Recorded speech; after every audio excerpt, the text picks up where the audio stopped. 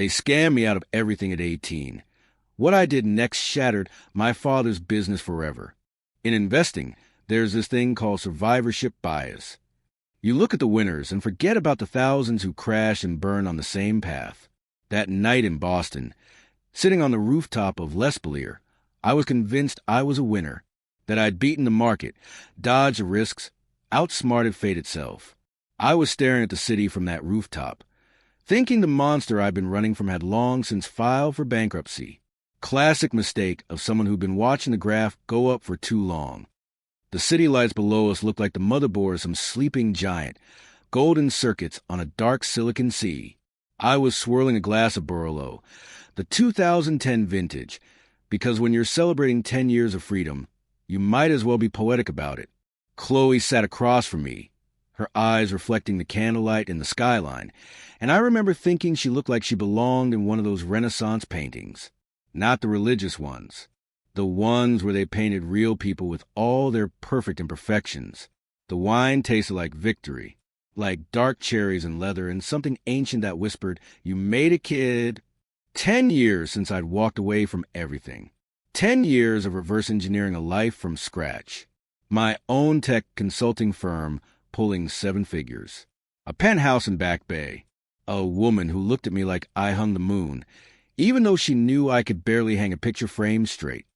I lifted my glass to Chloe, and the crystal made that perfect singing sound when we touched them together. That's the thing about expensive wine glasses. They sing instead of clink. It's like even the dinnerware knows it's made it to the big leagues. This was it. This was the moment. The one where you audit your life and the balance sheet finally shows black instead of red. The American dream. Served medium rare with a side of truffle fries. God, what an idiot I was. You'd think after everything I'd been through, I'd know better than to count my exits before they'd vested. My phone vibrated against the table. I almost ignored it. Had that rule about phones during dinner dates. But the screen lit up with something that made my stomach do a little flip. The Ritz-Carlton concierge. Now, when the Ritz calls you directly, it's either very good news or very bad news. There's no middle ground in that tax bracket. I picked up, trying to keep my voice casual. Chloe was still smiling, playing with the stem of her wine glass, completely unaware that our perfect evening was about to crash harder than a startup with no runway. The concierge's voice was smooth as aged whiskey, professional, detached, like he was reading quarterly earnings instead of detonating a bomb in my life. He said there was a Richard Gray on the line for me, and would I mind holding for just a moment? Richard Gray, my father, the man who hadn't spoken to me in a decade, suddenly wanted to chat through the Ritz-Carlton's concierge service. Because apparently, even family drama needs a 5-star presentation. The moment I heard his voice, everything changed. The restaurant sounds, the soft jazz, the murmur of conversation, the gentle clink of silverware, it all just buffered and froze, like someone had pulled the plug on reality's bandwidth. Chloe's laugh hung suspended in the air. The wine turned to ash in my mouth. Even the candle flame seemed to pause, waiting to see what would happen next. His voice hadn't changed. Still had that CEO tone, the one that made every sentence sound like a board meeting agenda item. He said he was in town. Said we needed to talk. Said it was about family. Family. The word hit me like a hostile takeover. Unexpected, unwanted, and impossible to stop once it started. I told Chloe I had to go. She knew something was wrong. I could see it in the way her forehead creased, that little line that appeared when she was debugging a problem. But she didn't push. That's one of the things I loved about her. She knew when to push and when to just squeeze my hand and let me go fight my demons. The Ritz-Carlton lobby at night is something else. All marble and gold and hushed voices. Like a cathedral built to worship compound interest. I found them in one of those private sitting rooms they reserve for delicate conversations. The kind with heavy doors and thicker walls. There he was, Richard Gray, looking exactly the same, but somehow smaller. Maybe it was because I wasn't 18 anymore, desperately seeking his approval like some unpaid intern hoping for a full-time offer. His shoes were polished to a mirror shine. I could see the chandelier reflected in them. His suit probably cost more than most people's cars.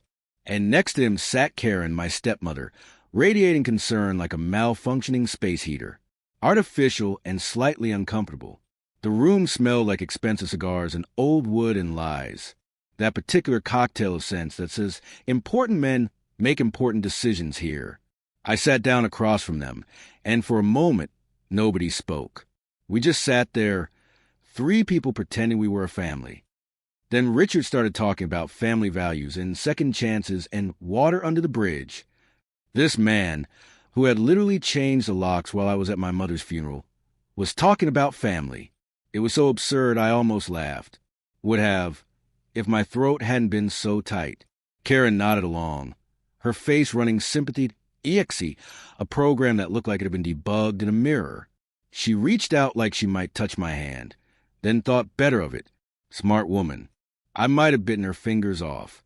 Here's what they wanted. Capital injection. My money. My connections. My success. See, their company. The one my mother had helped bootstrap from nothing, the one that was supposed to be my inheritance, was in a death spiral. Bad investments, worse management, and a market that had finally figured out what I'd known for years. Richard Gray was all pitch deck and no product. They wrapped it up pretty, of course. Called it a family investment opportunity. So it was a chance to rebuild bridges and honor my mother's legacy. They actually used my dead mother as leverage. If there was a bottom to their moral bankruptcy, they hadn't found it yet. The thing that really got me? They presented it like they were doing me a favor, like letting me bail out their sinking ship was some kind of gift.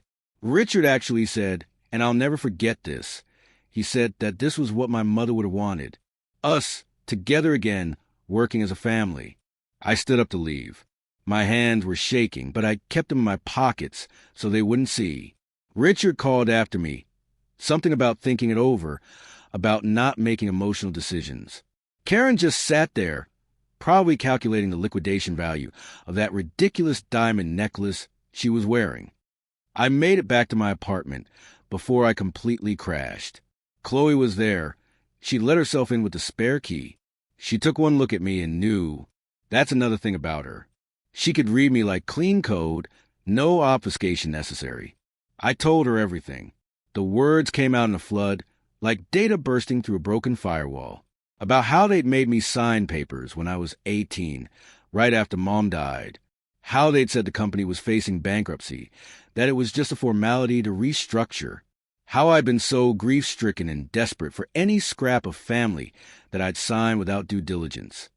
What I'd actually signed was a transfer of ownership, my shares, everything my mother had left me, her entire stake in the company she'd built. I'd sold it to them for pennies, literally pennies on the dollar. They'd executed a perfectly legal theft, and I'd been the one holding the door open. The best part? It was all above board. Every document properly notarized, every I dotted and T crossed. They'd robbed me with a pen instead of a gun, and somehow that made it worse. Chloe held me while I ranted, while I threw things, while I ugly cried like I hadn't since the day they lowered my mother into the ground. She didn't try to fix it or make it better. She just let me fall apart, knowing I'd eventually have to refactor myself. The wine from dinner sat heavy in my stomach, mixed with bile and rage and something else. Disappointment, maybe, or just a familiar taste of being stupid enough to think the past was really deprecated code. You know what the real kicker was? I'd spent 10 years building myself up, becoming successful, thinking I was proving them wrong. But all I'd really done was increase my valuation enough for them to come back for another round of funding. I was like one of those companies that IPO'd just to get acquired and gutted. As I sat there in my expensive apartment, looking out at the same city lights that had seemed so beautiful just hours before, I realized something. The monster from my personal horror movie, it had never gone bankrupt. It had just been in stealth mode, waiting for the right market conditions. And now it was back, dressed in an Armani suit and wearing my father's face, asking for one more chance to destroy everything I'd built. The wine glass was still in my hand. I looked at it, this beautiful, delicate thing that sang when you touched it just right. Then I threw it against the wall, where it exploded into 1,000 brilliant pieces. Each fragment caught the light as it fell, like tiny stars going supernova. Chloe didn't even flinch. She just got the broom. And in that quiet moment, watching her sweep up the wreckage of my perfect evening, I understood. The monster hadn't died. It had just been waiting, letting me build something beautiful. Because beautiful things have higher resale value when you break them. My father, with his mirror-shined shoes and his practiced smile, had just handed me the invoice for my 10-year subscription to the Illusion of Peace. And I had no idea how I was going to pay it. Morning came like a hangover, harsh, unforgiving, and way too bright. The kind of morning that makes you realize last night actually happened, and no amount of coffee is going to make it better. Boston light in winter has this particular quality to it. Gray, cold, like the city itself is telling you to lower your expectations. I woke up on the couch. Chloe had covered me with that ridiculous weighted blanket she bought online, the one that's supposed to reduce anxiety. Funny thing about weighted blankets, they work great until your anxiety weighs more than the blanket. She was in the kitchen, making eggs. The smell of butter and normalcy. She turned when she heard me get up, and the look on her face wasn't pity. It was worse. It was fear. Not of me, but for me. She set a plate in front of me. Perfect sunny-side-up eggs, the way I liked them. Toast cut diagonally because she knew I was particular about stupid things like that. The coffee was already waiting. Dark roast, no sugar, splash of oat milk. She knew my operating system better than I did. We ate in silence for a while. The kind of silence that comes after emotional system crashes. Then she spoke, and her words hit different in the morning light. She said the best revenge was living well. That success was supposed to be my victory lap, not my vulnerability. She told me not to let them turn me into one of them. I knew she was right. Of course she was right. Chloe had this way of being right that was both comforting and infuriating. But here's the thing about being right. It doesn't make the wrong voices in your head any quieter. Inside me, there was still that 18-year-old kid, the one who'd signed those papers with tears still fresh on his face. The one who'd trusted his father, because that's what you're supposed to do. That kid wanted justice. Hell, that kid wanted blood. And no amount of organic eggs and rational conversation was going to shut him up. 3 days passed. 3 days of going through the motions. Client meetings where I smiled and nodded while my brain ran revenge scenarios like background processes. 3 nights of Chloe watching me pretend to be okay. 3 mornings of waking up angry. Then my phone buzzed with a text from an unknown number. Just an address and a time. A diner in Southie. The kind of place that still had ashtrays on the tables, even though nobody had smoked there legally since the 90s. I almost deleted it. Almost. But there was something about the timing. The message came exactly 72 hours after the Ritz meeting. That's not random. That's calculated. Someone was counting. The smart play was to ignore it. The safe play was to block the number and move on with my life. But when have I ever made the safe play? The diner was everything the Ritz wasn't. Cracked vinyl seats held together with duct tape. Coffee that tasted like it had been brewing since the Sox won the series. The first one in 2004. The kind of fluorescent lighting that made everyone look like they needed a vitamin D supplement and a hug. Leo was waiting in the back booth. Karen's ex-husband. My stepmother's second mistake. I'd met Leo maybe 5 times over the years. Company Christmas parties, mostly. He was the kind of guy who peaked in college and spent the rest of his life trying to figure out where it all went wrong. Former quarterback at some Division III school nobody's heard of. The guy who still wore his college ring at 45. Now he sold insurance or real estate or whatever guys like him sell when they're not quite failing, but definitely not succeeding. He looked rough, rougher than usual. His forehead was shiny with sweat even though it was February. His hands shook when he lifted his coffee cup. His eyes kept darting to the door like he was expecting the IRS or the mob or his wife to walk in. All 3 were probably equally terrifying to him. He started talking before I even sat down. Word vomit. The kind that comes from rehearsing a speech so many times you forget to actually wait for your audience. He told me he'd heard them laughing. Richard and Karen, after I'd left the Ritz. They were laughing about how easy it was going to be. How I was already in the bag. how blood was thicker than water, but money was thicker than both. Karen had apparently said I'd cave within a week. Richard had bet on 3 days. They'd actually put money on how fast I'd break, like I was a March Madness bracket. Then Leo dropped his real cards on the table. He had problems.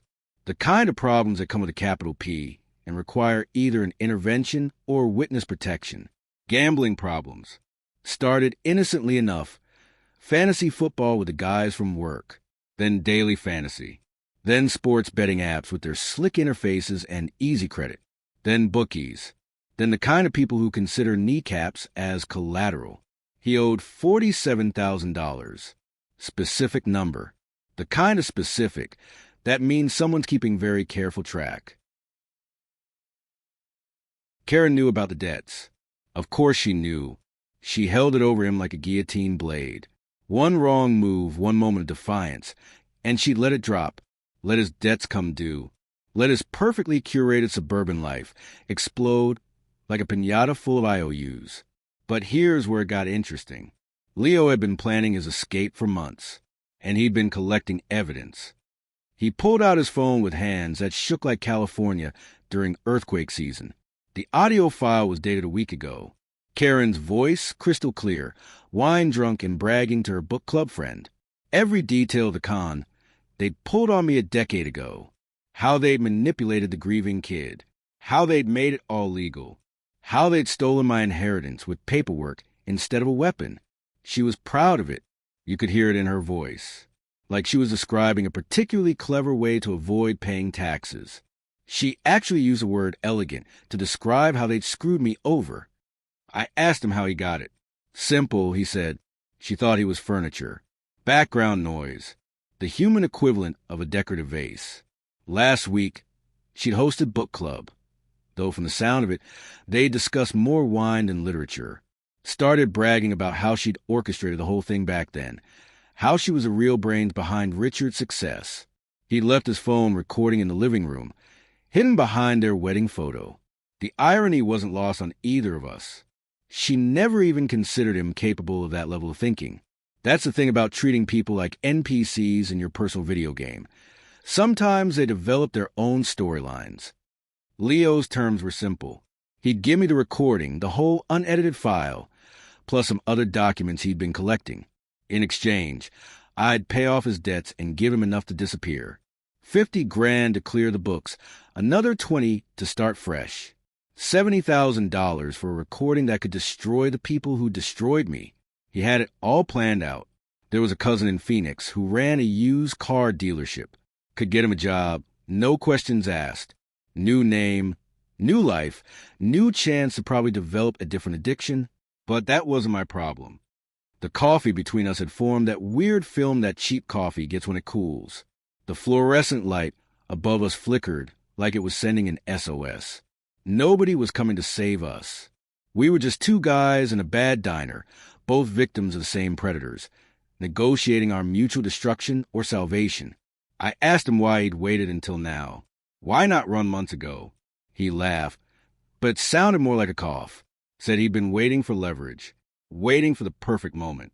And my return, my father reaching out, that was a catalyst. He knew they'd overplay their hand. Knew Karen would get drunk on her own cleverness and spill everything. The recording was his insurance policy, but he needed someone to cash it in. Someone with enough money to pay his exit fee and enough anger to actually use the evidence. Enter me. Stage left, carrying 10 years of rage and a bank account that could afford vengeance.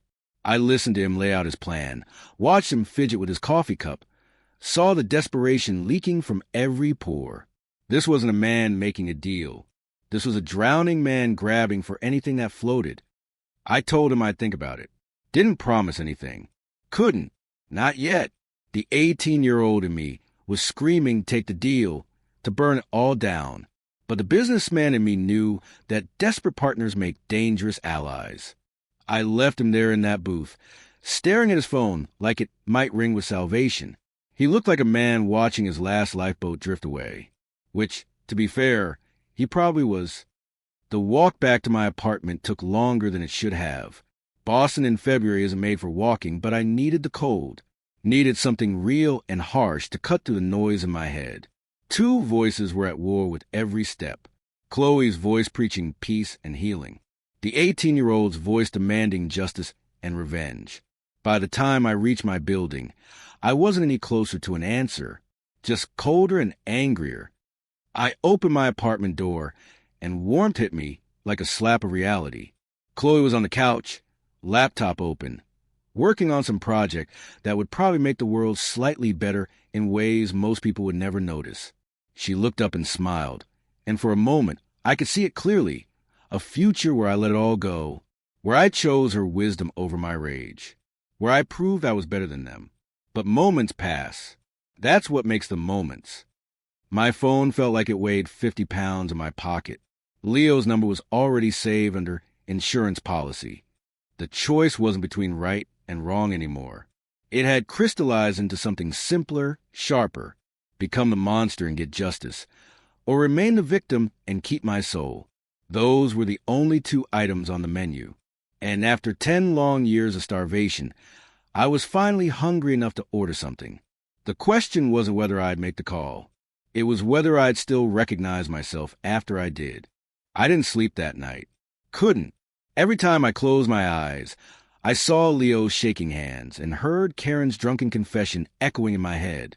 By 3 a.m., I gave up and went to the kitchen. That's when everything changed. I was making coffee. The expensive Ethiopian stuff Chloe had bought, the kind that's supposed to taste like blueberries, but mostly just tastes like trying too hard. The smell hit me wrong. Or maybe it hit me right, because suddenly I wasn't in my back bay kitchen anymore. I was 12 years old, watching my mother at our old kitchen table, surrounded by spreadsheets and legal pads, a cup of Folgers going cold at her elbow. The memory was so vivid I could smell that cheap coffee, see the way the morning light caught the gray starting to thread through her dark hair. She looked up at me. God, I could see her so clearly, and said something that hadn't meant much to 12-year-old me, but now hit like a freight train. She said we weren't just building a business.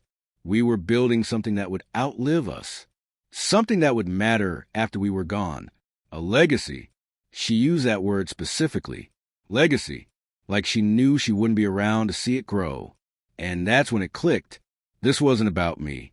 It had never been about me. They weren't just stealing money or shares or control. They were erasing her. Every decision they made, every corner they cut, every principle they abandoned, they were deleting her line by line, like bad code being refactored out of existence. They were taking the things she'd poured her life into and turning it into everything she'd stood against. The rage I'd been carrying around suddenly crystallized into something colder, cleaner, more useful. This wasn't about revenge anymore.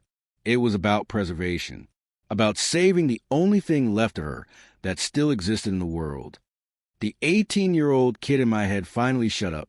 He didn't want justice anymore. He wanted what I wanted, to protect what our mother had built. And for that, we needed to be smart, not angry, smart. I made a decision right there, standing in my kitchen at 3 a.m., holding coffee that tasted like disappointment. I was going to war, but I was going to do it right. First rule of war, know your enemy. I didn't trust Leo's intel. Desperate people see what they want to see, hear what they need to hear. And I sure as hell didn't trust my own emotions. They'd been compromised since the moment I heard Richard's voice at the Ritz. So I did what any good tech consultant would do. I outsourced. There's a firm in Boston. Not going to name names, but let's just say they're the kind of people you hire when you need to know things that aren't on LinkedIn. Ex-FBI, ex-NSA, ex-other acronyms that make you nervous. They don't do corporate audits. They do corporate autopsies. They find out how something died and who was holding the knife. Cost me $30,000 just to get them interested, another $20,000 to get them started. But money wasn't the issue anymore. Information was the currency that mattered. The report came back a week later. 200 pages that read like Stephen King had decided to write financial fiction. The company, my mother's company, wasn't just dying. It was being murdered. Slowly. Deliberately. They'd over-leveraged everything. Taken loans against assets, then loans against those loans.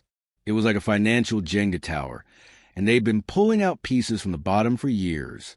The investigation found offshore accounts, shell companies, a whole ecosystem of financial parasites feeding off the corpse of what my mother had built. But here's the beautiful part. They'd been sloppy, arrogant. They'd left fingerprints everywhere because they never thought anyone would look.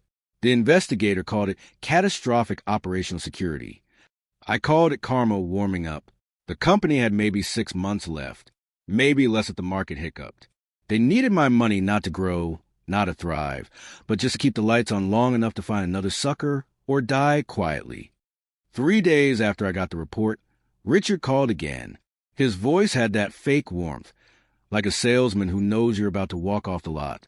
He talked about family again, about legacy, and hearing him use that word, my mother's word, made my jaw clench so hard I thought I'd crack a tooth. He said she would have wanted us to work together, said she would have been proud to see us united, said she would have forgiven everything. That's when he died to me. Again, the first time was when he locked me out, but the second death was worse, because this time he wasn't just betraying me. He was betraying her memory, using her like a prop in his con game. I kept my voice steady, told him I was thinking about it, told him I needed more time, let him think he was reeling me in, but inside, something had shifted permanently. The part of me that had once called him Dad just evaporated. What was left was pure, cold clarity. That night, I showed Chloe the report. All 200 pages of financial horror. She read it on the couch while I sat across from her, watching her expression shift from confusion to understanding to something that looked like grief. When she finished, she asked me one question. Just one. She asked if I'd find peace when it was over. Not if I'd win. Not if it was legal. Just whether I'd be able to sleep at night when the dust settled. I thought about my mother at that kitchen table, building something she believed would outlast her. I thought about Richard and Karen, feeding off her corpse like vultures in Armani. I thought about the 18-year-old kid who trusted his father with tears in his eyes. I told Chloe the truth. I said I didn't know if I'd find peace, but I knew I'd never find it if I let them win, if I let them erase the last piece of her from the world. She nodded, didn't try to talk me out of it, didn't give me another speech about being the bigger person. She just asked what I needed from her. That's when I knew I'd marry her someday. When this was over, when I could offer her something more than a boyfriend planning corporate destruction in his living room. I picked up my phone and called Leo. He answered on the first ring. Probably hadn't been sleeping either. My voice came out different. Harder. Cleaner. Like I'd finally compiled correctly after years of debugging. I told him to send the recording. All of it. Unedited. I told him to document everything. Every threat Karen had made. Every debt. Every terrified moment. I told him to get ready to disappear, because things were about to get very loud and very ugly. Then I said something that surprised both of us. I told him he was getting a bonus, another 50 grand on top of what we discussed. Not because I felt sorry for him, not because I was generous, but because when you're going to war, you pay your soldiers well, even the broken ones, especially the broken ones. He started crying, actually crying. This 45-year-old man who'd peaked in college was sobbing into the phone because someone had finally thrown him a life preserver. It was pathetic and human and real. The next 2 weeks were theater, pure performance art. I met with Richard 3 times, let him wine and dine me at restaurants where the appetizers cost more than most people's car payments. I nodded at his proposals, asked thoughtful questions, played the prodigal son slowly coming home. Meanwhile, my lawyer, a shark in a suit who made Richard look like a goldfish, was preparing documents. Not just any documents. The kind that come with words like fraud and breach of fiduciary duty and criminal conspiracy. The kind that make federal prosecutors salivate. The final meeting was scheduled for a Friday afternoon. Richard's office. The same office where I'd signed those papers 10 years ago. The poetry of it wasn't lost on me. We were going to end this where it started. I wore my best suit, the one I bought after closing my first $1 million deal. Richard and Karen were already there when I arrived, sitting behind his massive desk like they were holding court. They had champagne chilling, Dom Perignon, Because apparently, when you're about to con your son for the second time, you spring for the good stuff. My lawyer walked in behind me. Richard's smile flickered for just a second. He hadn't expected that, but he recovered quickly, made some joke about bringing lawyers to a family meeting. Karen laughed. It sounded like a wine glass cracking. We sat down. Richard started his pitch again, sliding papers across the desk, investment agreements, partnership contracts, all the legal language that meant give us your money and trust us again, you idiot. That's when my lawyer placed his briefcase on the desk. The click of the latches was the loudest sound in the room. He pulled out a tablet, set it in the center of the desk, and hit play. Karen's voice filled the room, clear as crystal, drunk as a judge, explaining in beautiful, terrible detail how they'd scammed me, how they'd taken advantage of a grieving teenager, how elegant it had been, how stupid I'd been, how perfectly legal they'd made it. I watched their faces change in real time. It was like watching ice sculpture melt under a blowtorch. Richard's confident smile just liquefied, slid right off his face. Karen's Botox couldn't hide the terror that crept into her eyes. The recording played for 7 minutes. 7 minutes of Karen, destroying them both with her own words. When it finished, the silence was so complete I could hear the champagne bubbles die in their glasses. My lawyer spoke first. His voice was courtroom perfect, emotionless, precise. He explained their options like he was reading a dinner menu. Option A, federal charges for fraud, conspiracy, and about 6 other things that ended with years in prison. Option B, complete transfer of all company shares to me, along with their resignations, and a legally binding agreement to never contact me again. He slid 2 sets of documents across the desk. Sign here, initial here, date here. Or don't, and see how you look in orange. They didn't argue, didn't negotiate, didn't even look at each other. They just picked up the pens and signed. The only sound was paper rustling and pen scratching. The champagne sat there, unopened, like a monument to their hubris. When they finished signing, my lawyer collected the documents, checked them carefully, and nodded to me. I stood up to leave. Richard tried to say something. Started with Mark. But I just kept walking. Whatever he wanted to say could die with him. That was 3 months ago. The company is mine now. All of it. Every share, every debt, every decision. I've spent those months rebuilding it, piece by piece, hiring back the people Richard had fired, canceling the projects that would have made money but betrayed everything my mother believed in. It's hemorrhaging cash, but it's healing. Slowly. Leo disappeared to Phoenix, as promised. Sent me a postcard last week. Just said, thanks, and had a picture of a cactus. I hope he's staying away from the casinos. Richard and Karen? Gone. Moved to Florida, I heard. Selling timeshares or something equally poetic. They kept the house. I let them have that much. But everything else? The company, the legacy, the thing my mother built? That's back where it belongs. But here's the thing nobody tells you about winning this kind of war.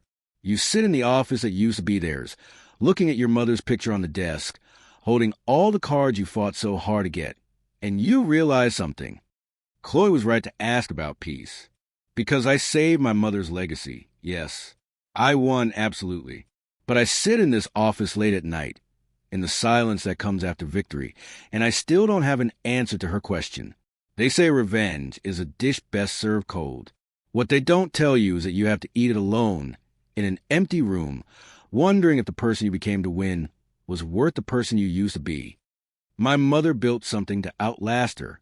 I saved it, protected it, brought it back from the dead. But sometimes, sitting here in the dark, I wonder what she'd think of the man I became to do it. Whether she'd recognize her son in the cold strategist who destroyed his own father with a spreadsheet and a recording.